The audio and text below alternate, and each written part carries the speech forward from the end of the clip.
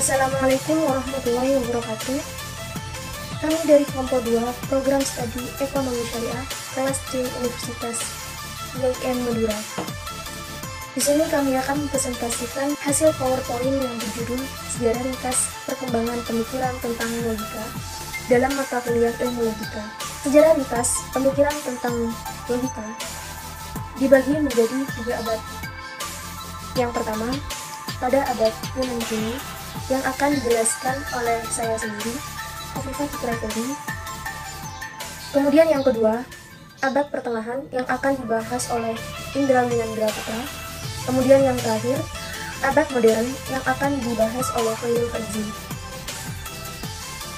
Istilah logika untuk pertama kalinya dikenalkan oleh Zeno dari Citium pada tahun 334 hingga 226 sebelum Masehi, yang merupakan pelopor kaum Stoa.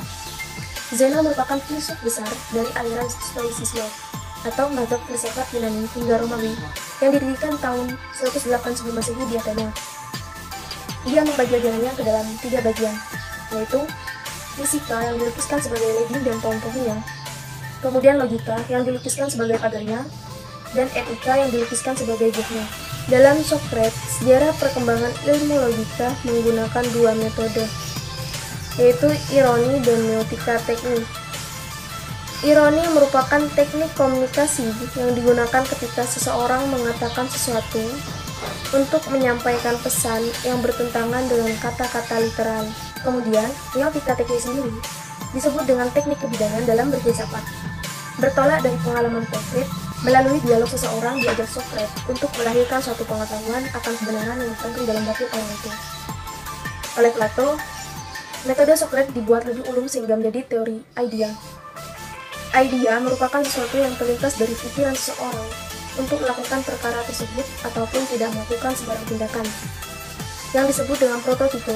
Sedangkan benda-benda di dunia ini disebut dengan ektipe, atau semua benda di dunia ini dapat diklasifikasikan dan dikelompokkan sehingga lebih mudah untuk dipelajari. Gagasan Plato memberikan dasar pada perkembangan logika, yaitu pertalian dengan ideogenesis atau instrumen alat media untuk memperoleh pengetahuan, ide, ataupun konsep, dan masalah penggunaan bahasa dalam pikiran. Akan tetapi, logika sebagai ilmu baru terwujud berkat karya Aristoteles, itu organon hingga kini masih diikuti polanya, yaitu tentang idea, tentang keputusan atau hasil pemecahan masalah yang dihadapinya dengan tegas, dan tentang proses pemikiran. Pada masa Aristoteles, logika masih disebut dengan analitika dan dialektika. Analitika atau logika formal yang secara khusus meneliti berbagai argumentasi yang berangkat dari proposisi atau kalimat pernyataan yang memiliki arti penuh dan utuh secara benar.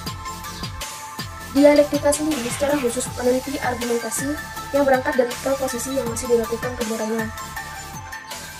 Inti dari logika Aristoteles adalah silogisme, suatu proses penarikan kesimpulan secara deduktif dari keduanya.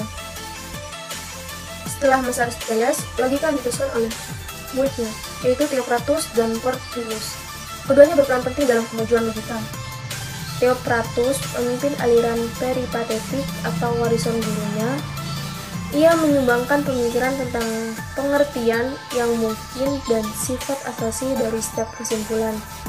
Maksud dari pengertian yang mungkin adalah pengertian yang tidak mengandung kontradiksi atau pertentangan dalam dirinya. Porphyrius adalah ahli pikir dari Skandaria yang amat terkenal dalam bidang logika. Ia telah menambahkan satu bagian baru dalam pelajaran baru logika, yaitu eisagogy. Eisagogy membahas tentang lingkungan zat dan sifat di dalam alam yang sering disebut dengan klasifikasi. Assalamualaikum warahmatullahi wabarakatuh. Perkenalkan, nama saya Indra Winandra Putra. Saya dari kelompok 2.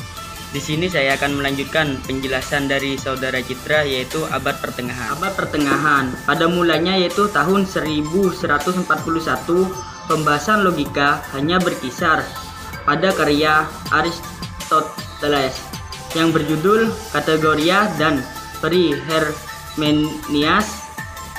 Karya Aristoteles tersebut bersama Ergomen karya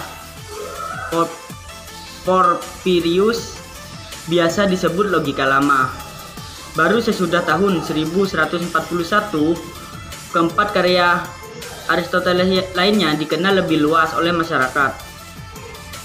Keempat karya tersebut disebut dengan logika baru, logika lama, dan logika baru kemudian disebut sebagai logika antik.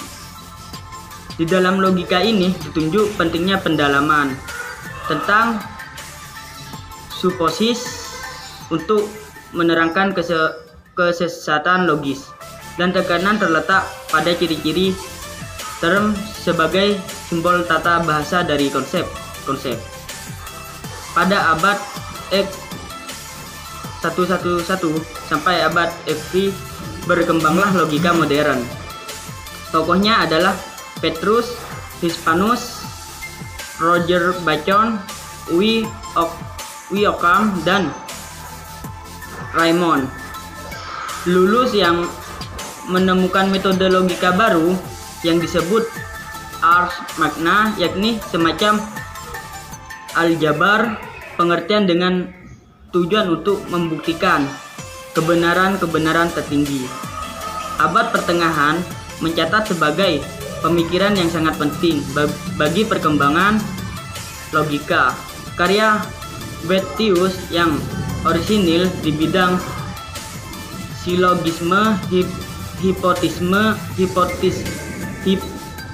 hipotesis berpengaruh bagi perkembangan teori konsekuensi yang merupakan salah satu hasil terpenting dari logika. Munculnya teori suposi, adanya diskusi tentang universal, munculnya logika hubungan, penyempurnaan teori silogisme, penggarapan modal, dan yang lainnya, penyempurnaan teknis. Abad pertengahan. Pada abad ke-7 Masehi berkembanglah agama Islam di Jazirah Arab, dan pada abad ke-8 agama ini telah dipeluk secara meluas ke barat sampai perbatasan Prancis sampai Pisang. Di zaman kekuasaan Khalifah Abbasiyah, sedemikian banyaknya karya-karya ilmiah Yunani dan lainnya diterjemahkan ke dalam bahasa, sehingga ada suatu masa dalam sejarah Islam yang ditunjukkan dengan abad yang dijuluki dengan abad terjemahan. Logika karya Aristoteles juga diterjemahkan dan diberikan nama ilmu muntik. Tokoh logika fenomenal zaman Islam adalah Al-Farabi 873 sampai 950 Masehi, yang terkenal mahir dalam bahasa Greek tua, Yunani atau Yunani kuno, menyalin seluruh karya tulis Aristoteles dalam berbagai bidang ilmu, dan karya tulis ahli-ahli pikir Greek lainnya. Al-Farabi menyalin dan memberi komentar atas 6 bagian logika dan menambahkan 2 bagian baru sehingga menjadi 8 bagian. Logika pada perkembangan kemudian sempat mengalami masa dekadensi yang panjang. Logika bahkan dianggap sudah tidak bernilai dan dangkal sekali. Berubah pada abad ke-111 sampai dengan abad XV tampil beberapa tokoh lainnya seperti Petrus, Hispanus, Roger Bacon, Raymundus Lullus, dan Wilhelm Ockham yang coba mengangkat kembali ilmu logika sebagai salah satu ilmu yang penting untuk disejajarkan dengan ilmu-ilmu penting lainnya. Hanya ini yang bisa saya presentasikan, kurang lebihnya mohon maaf. Wabillahi taufiq wal hidayah. Wassalamualaikum warahmatullahi wabarakatuh. Assalamualaikum warahmatullahi wabarakatuh. Perkenalkan, nama saya Khalil Faiz. Di sini saya akan melanjutkan penjelasan dari saudara Indra, yakni tentang abad modern. Thomas Hobbes pada tahun 1588 sampai 1704. Meskipun mengikuti tradisi Aristoteles, tetapi ajaran-ajarannya didominasi oleh paham nominalisme, yaitu pemikiran yang dipandang sebagai suatu proses manipulasi tanda-tanda verbal, dan mirip operasi yang dipandang sebagai suatu proses manipulasi tanda-tanda verbal dan mirip operasi matematik. Logika deduktif, silogistik Aristoteles dan masih menunjukkan ada tanda-tanda induktif. Mendapat tanggapan hebat dari Francis Bacon dengan logika induktif murninya dalam Novum Organum, juga dari René Descartes dalam Discourse de Méthode sebagai logika deduktif murni.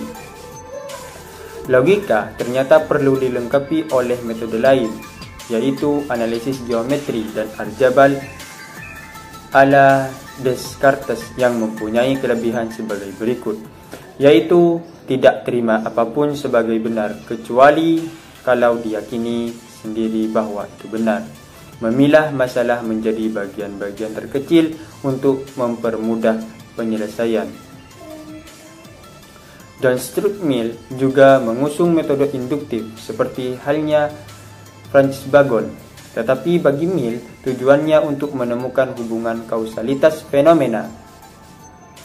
Bagi Mill, sebab suatu kejadian dimaknai sebagai seluruh jumlah kondisi positif dan negatif yang diperlukan. Metode Mill didasarkan pada dua asumsi, yaitu tiada faktor dapat merupakan sebab dari suatu akibat jika faktor tersebut tidak ada sewaktu akibat tadi terjadi. Kedua, tiada faktor dapat merupakan sebab dari suatu akibat jika faktor tersebut ada dan akibatnya tidak terjadi. Mill juga menuntut setiap peneliti untuk mendekati persoalan kausalitas dengan 4 hal, yaitu penelitian harus sadar ada masalah yang meminta masalahnya dengan jelas. Ketiga, ia harus meneliti segala faktor yang berhubungan dengan masalah tersebut. Setelah itu semua, baru peneliti dapat memilah mana faktor yang ada dan tidak ada ketika masalah tersebut muncul. Mill menjelaskan metode induktifnya ke dalam 5 golongan, yaitu method of agreement atau metode kecocokan. Suatu sebab disimpulkan dari kecocokan dengan sumber kejadian. Kedua, method of difference atau metode membedakan. Suatu sebab disimpulkan dari adanya perbedaan dalam peristiwa yang terjadi. Ketiga, joint method of agreement and difference atau metode mencocokkan. Metode ini merupakan gabungan 1 dan 2. Keempat, method of concomitant variation, metode perubahan selang-seling yang seiring.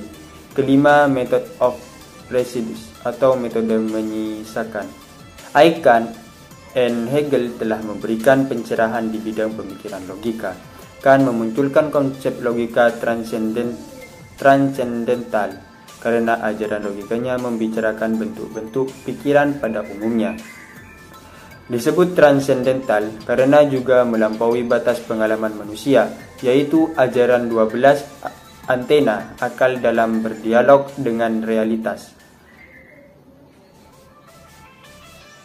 Antena akal tersebut adalah sebagai berikut. Aspek kuantitas terdiri dari unsur kesatuan, kejamakan, dan keutuhan. Aspek kualitas terdiri dari realitas, negasi, dan limitasi. Aspek relasi terdiri dari substansi, aksidensi, sebab akibat, dan interaksi timbal balik. Aspek yang terakhir adalah modalitas yang terdiri dari mungkin, tidak mungkin, ada, tiada, dan keperluan, kebetulan. Sedangkan ajaran Hegel masih merupakan kelanjutan dari ajaran logika Kant. Ia mengatakan bahwa pengalaman untuk dapat diketahui haruslah sesuai dengan struktur pikiran, sehingga menurut Hegel tertib pikiran identik dengan tertib realitas. Pandangan Hegel ini terpati dalam ajaran dialektiknya, tesis, antitesis, sintesis. Mungkin itu yang dapat kami sampaikan, kurang lebihnya saya mohon maaf. Wallahul muwaffiq ila aqwamit thoriq. Wassalamualaikum warahmatullahi wabarakatuh.